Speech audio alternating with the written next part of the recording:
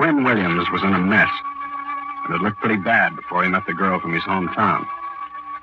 Together, they worked to extricate him from what looked like a hopeless situation, with the deadline at dawn. Tonight, we're bringing you a story from the pen of the man who wrote Phantom Lady, Mr. William Irish. He's written a tense, fast-moving mystery drama, which he calls Deadline at Dawn. Our curtain rises on the ballroom establishment. It's very late, and the handful of couples still left circles slowly and rather heavily around the dance floor. Near the center of the floor, a young man dances with a red-haired girl. Her face is young and pretty, but wears a look of sullen weariness. Plenty crowded in this dance hall tonight. Yeah. Is it always as crowded as this? No. After it closes, it's empty.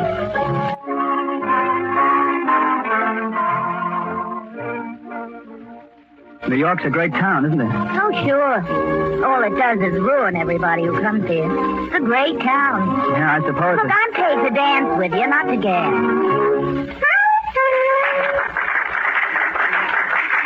Good night. It's 1 o'clock. We're closing up. You're closing up?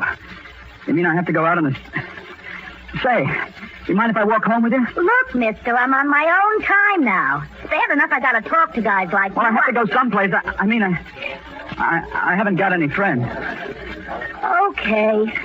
Only remember, I didn't ask you to walk home with me, and it's a long walk. Oh, I like walking.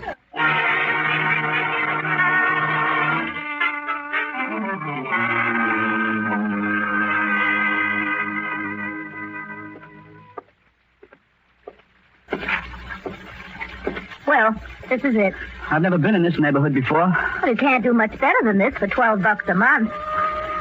Well, take it easy, mister. I'll be seeing you around. Hey, look, I gotta go inside with you. Now, wait a minute. No, please, you don't understand. Just in the hallway here.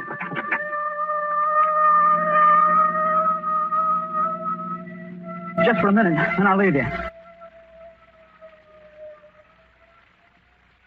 What's your trouble?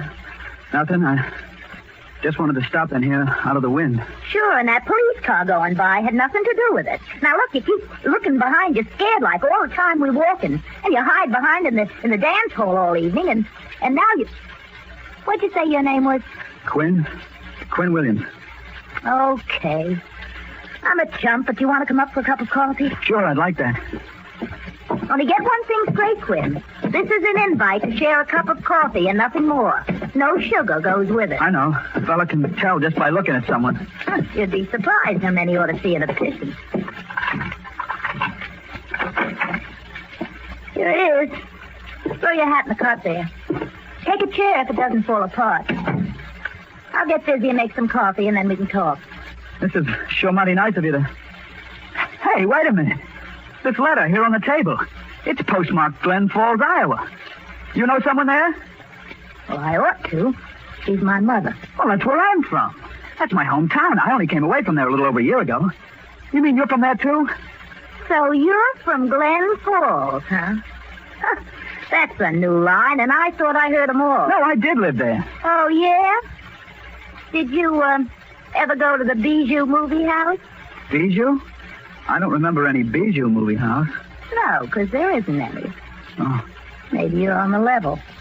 What street did you live on? Anderson Avenue up near Pine? Anderson Avenue? Oh, gosh, you are from Glen Falls. Yeah. Say, you know where I lived on Emmett Road. Oh, gosh. The next street to Anderson Avenue. How come we never met back there? Well, I don't know. We moved there about 3 years ago. Oh, that's the reason. Then I came to New York 5 years ago. Well, you haven't told me your name yet. Oh, it's Bricky Coleman. My real name's Ruth, but everyone calls me Bricky. I know, because of your hair. Yeah. Well, gee, just think. We're both from Glen Falls. It's a great little town, isn't it? Folks saying good morning to you from all the way over the other side of the street, even if you'd never set eyes on them before in your life. No music after dark comes. No slide trombones that go in and out and bray. Only crickets and things like that. Yeah, and people that took an interest in you, that dropped in with jams if you were sick. People that would have gladly lent you money when you got a little older, if you happened to be broke. Yeah. And look at us now. home. Oh, don't talk about home, please. I wanted to go back there for so long now. Then why haven't you? Oh, don't think I haven't tried.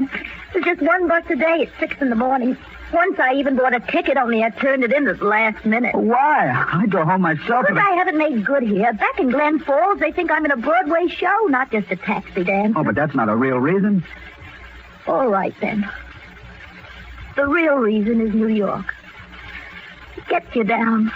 It's got a half Nelson on me right now. That's what's holding me. That's why I can't get away. But stone and cement buildings, they haven't got arms. They can't reach out and hold you back if you want to go. I knew you wouldn't understand. But New York's bad, and when you breathe too much of it for too long, it gets under your skin. It gets into you, and you're sunk. The city's got you. Well, I guess I better clear out. It's 2 o'clock. Skip the coffee and thanks. Oh, wait, Quinn. They're after you for something, aren't they? Huh? Yeah. That is, they will be tomorrow. Why? Why, Quinn? It can't be anything so bad. Bad? It's plenty bad. Look. About $2,400. Where did you get it? I stole it, I guess. You see, I had a part-time job as an electrician's helper for a while. And then a few weeks ago, I was sent out on a job in the East 70. A guy named Stephen Graves. While I was working there, I saw him opening his wall safe. I thought how easy it'd be to rob him.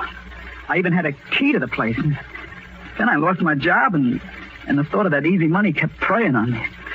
So tonight I went over there, and I stole it. I thought it would fix me up. Well, only it hasn't. It's made everything worse.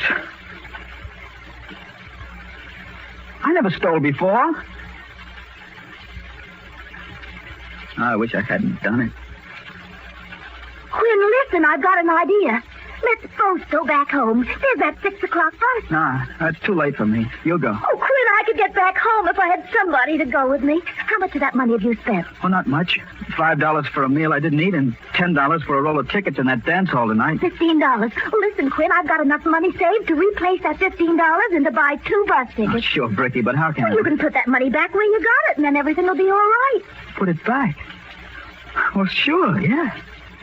Maybe there's still time. Oh, come on, we'll grab a cab and put that money back somehow and then go straight to the bus station. We've got plenty of time. It's only 2:30.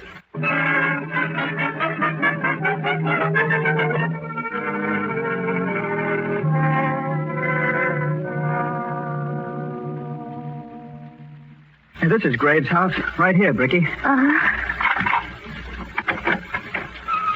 Hey, see, Bricky? What did I tell you? This is our lucky night. He isn't home. Quinn, what's that? Only a clock. Oh. Telling us we've got 3 hours yet. Quick, Quinn, where's the safe? Right through here. Follow me. On tiptoe. Okay. Here we are. Now, as soon as I turn the light on... Quinn! Shh, don't get excited. There's nothing... Look, there on the floor. A man. Huh? Lord. It's him, Bricky. It's Stephen Graves. Oh, there's blood all over his shirt. He's dead. He's been killed. Oh, Quinn. I didn't do it, Bricky. I didn't do it. I only took the money. Somebody else murdered him. Well, he wasn't even here when he must have come back. Bricky, you gotta believe me. Okay. I believe you, Quinn. Oh, it's the city. I knew it wouldn't let us get away. It's got us right where it wants us. I can't go back to Glen Falls now, Bricky. They'll think I did it. I've got to stay. But you can go home. Please go, will you, Bricky? Please. You didn't do it, Quinn. Okay, I'm sticking with you. Oh, no, Bricky. We'll never.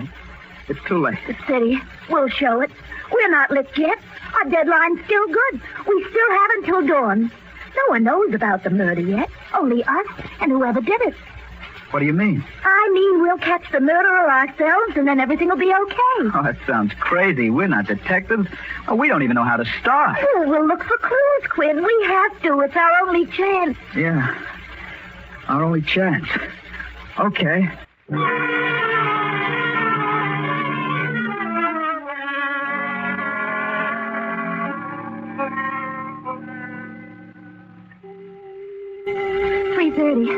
Oh, Quinn, we gotta hurry. Yeah, all right. Now, let's add up all the clues we discovered. Okay.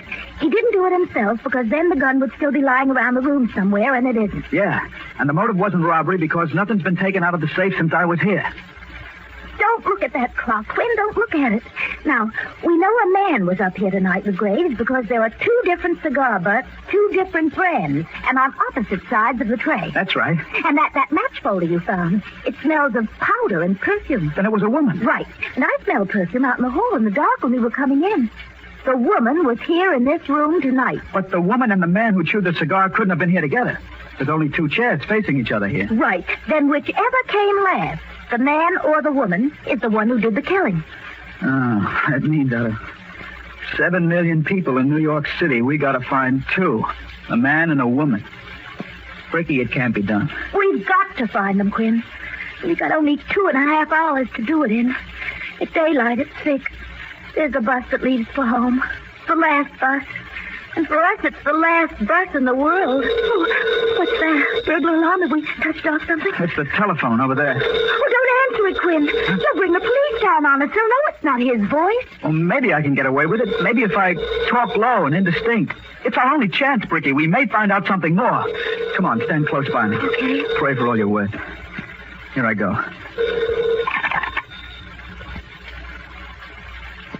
Hello?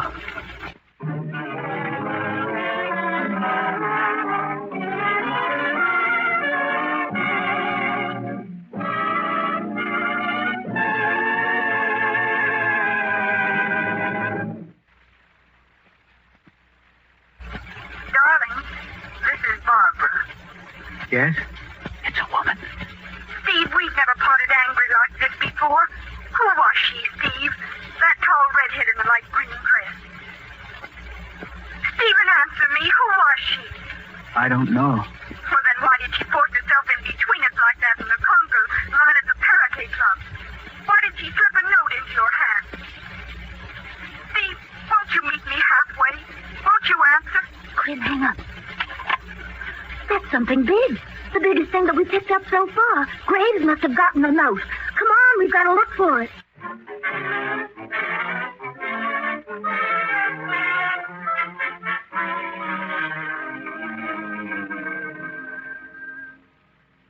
Any luck, Quinn? I don't think so. No note, but I did find a check lying in the bathtub covered up by the shower curtain. Well, let's see it. Yeah. Made out to Stephen Graves for $12,500 and no cents. Signed Arthur Holmes. And on the back, it's endorsed by Graves and stamped return, no funds. There's a pretty good chance that Holmes was the guy here tonight, isn't there? I'm betting on it. At least it's a motive. Holmes tried to give Steve Graves a bum check. Graves threatened him, so Holmes shot Graves. Look, Quinn, it just caught my eye. Graves has a hole in the heel of one sock. He's too well dressed for it. Quinn, it's the note. Read it, Bricky. Mr. Graves, I would like to speak to you in private at your home after you have taken the young lady home. I mean right tonight. You don't know me, but I feel like a member of the family already. I wouldn't want to be disappointed and not find you there. Unsigned. Look, Bricky, there isn't anything to do but split up 2 ways, whether we like it or not. We've got to find those 2 people. A red-headed girl in the conga line and a guy named Arthur Holmes. I'll look for the woman at the Parakeet Club. And I'll find Holmes if I have to ring every Holmes in the phone book. And it's 4 o'clock. Only 2 hours to do it in. Oh, Bricky, we can't do it. It's impossible. We gotta do it. Quinn, we gotta. We can't be afraid or quit. Okay. We'll meet back here. Yes, here in the house where he's lying. Not later than 5:45, with them or without them. We'll have to if we want to make that bus. Quinn, we'll make it. If there's a star that looks out for a fellow and his girl, and there must be one, we'll make it.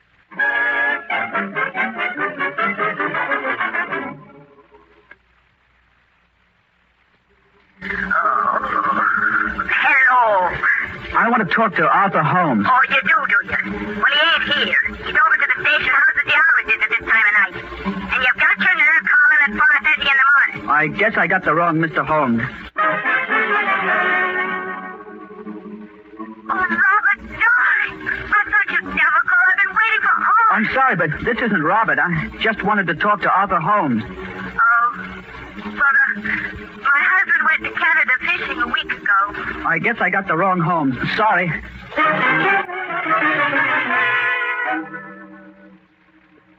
is it wishes to speak with Mr. Holmes? I want to return a check that belongs to him. Is this the Mr. Arthur Holmes who knows Mr. Stephen Graves? Yeah, this is. It is? Well, may I speak to him? You are. Oh, well, this check I have is made out to Stephen Graves, and I just want to return it to you. How do I know you're not making this story up?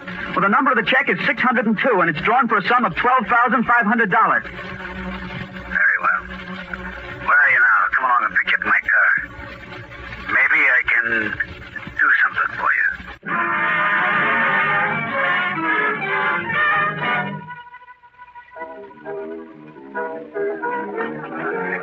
A tall, red-headed girl wearing a green dress. Here at the Parakeet? Girlie, there ain't nobody here like that. Maybe she means Joan Bristol. She comes here a lot. Or was she in here tonight? Come to think of it, now she was. Where can I find her? At 4:30 in the morning. Why'd you try a hotel? It's the Concord.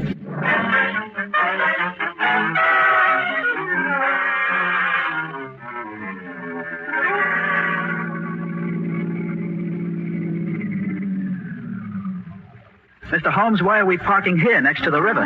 So we can talk without being disturbed? Now, if you've got that check of mine, I'll give you $200 for it. Oh, what makes you think I want money for it, Mr. Holmes?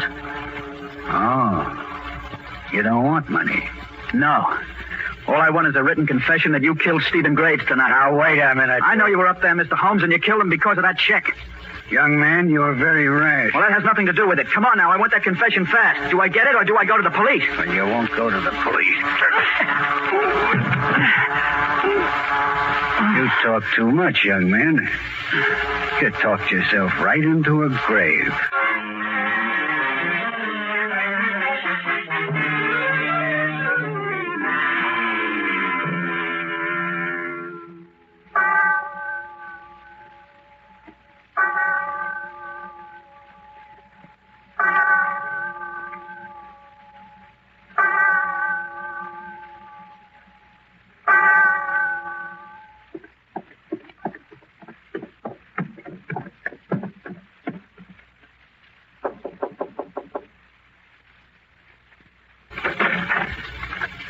Well, what do you want, sister? Are you Joan Bristol? Yeah, but I don't know you. We have a mutual friend, a Mr. Stephen Graves. Stephen Graves. Okay. Come on in. So you know a guy named Graves, huh? Did he mention me to you? He couldn't very well. He's dead. Dead? Yeah, I just came from this place. Only you and I know about it. Did you hear that, Griff? Yeah, I heard it all right. Take it easy, sister. Ain't carrying this gun just for decoration. She knows all about it, Griff. That means we gotta get rid of her, too. Sure, I don't mind drilling her right here and now. I got a family. No, Griff. Not here in this room with us. They know we were in this room. That's begging for it. Listen, you two, all I Shut want up. to do... Now, look, girlie. You didn't pull my name out of a hat. I want to know how you learned it. Talk fast, sister. Well, you see, well, that is, Miss Bristol dropped a hotel bill over there in Graves' apartment. What? I found it beside the body. I might have known you'd do a dumb thing like that. She's lying. Yeah? We'll see about that. What were you doing in Graves' apartment, sister? Well, he was a friend of mine. Oh, like that, huh? And you had a key. And I went there and I found the body and the hotel bill. Griff, if I did leave a bill there, we gotta get it back, or else. Well, the bill is still there on the floor beside the body. All right, then we gotta get that bill. We gotta hurry. It's 5:30, almost daylight. Right. We can leave it there with Graves. Fix it so it'll look like she did it and then turn the gun on herself. No. Give the police a double-header to worry you. This gun against her, we'll tie her up and take her out like she was drunk. No. No, you can't. Quinn's waiting for me. Quinn's waiting for me.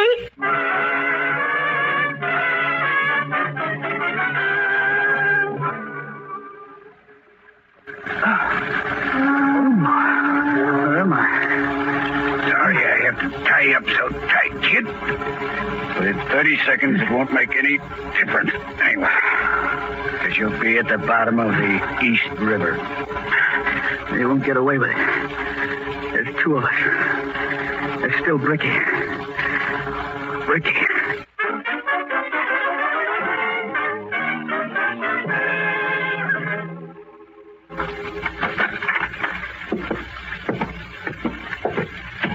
All right, sister. Where's that hotel bill? Right over there by his body. It ain't here. You were lying. I knew it. Where's that bill? Where'd you hit it? That's your problem. Wait a minute, sister. You're fooling with the wrong parties. You don't seem to understand. All I know is that you killed Mr. Gray. Shut up. Joey killed him. Joe pulled a fake marriage with his kid brother. Kid was good for plenty of dough. Will you be quiet? I came over here tonight to shake Graves down, but he was wise. Said he was going to call in the police. So we let him have it. I want to know how she found out about me. All right, sister. You're going to talk right now or else... Oh, no, you don't. Quinn! Oh, Quinn, little boy, knock his head off. Stay with him, Chris. I'll slap him with this. Oh, no, you won't. Oh, you just lay there, sister, and be good. Go, Quinn.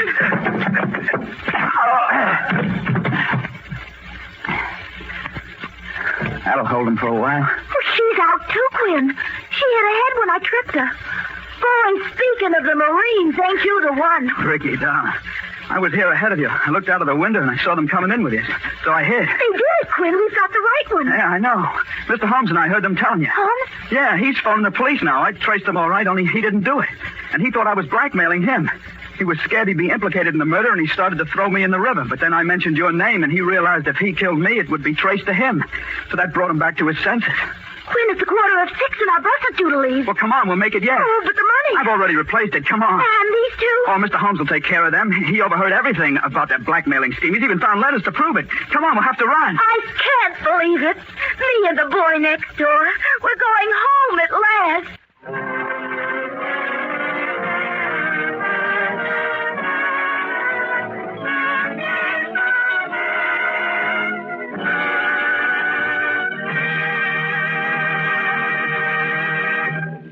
And so ends Deadline at Dawn, tonight's performance in the Mystery Playhouse. Closing the doors of the Mystery Playhouse. Good night. Sleep tight.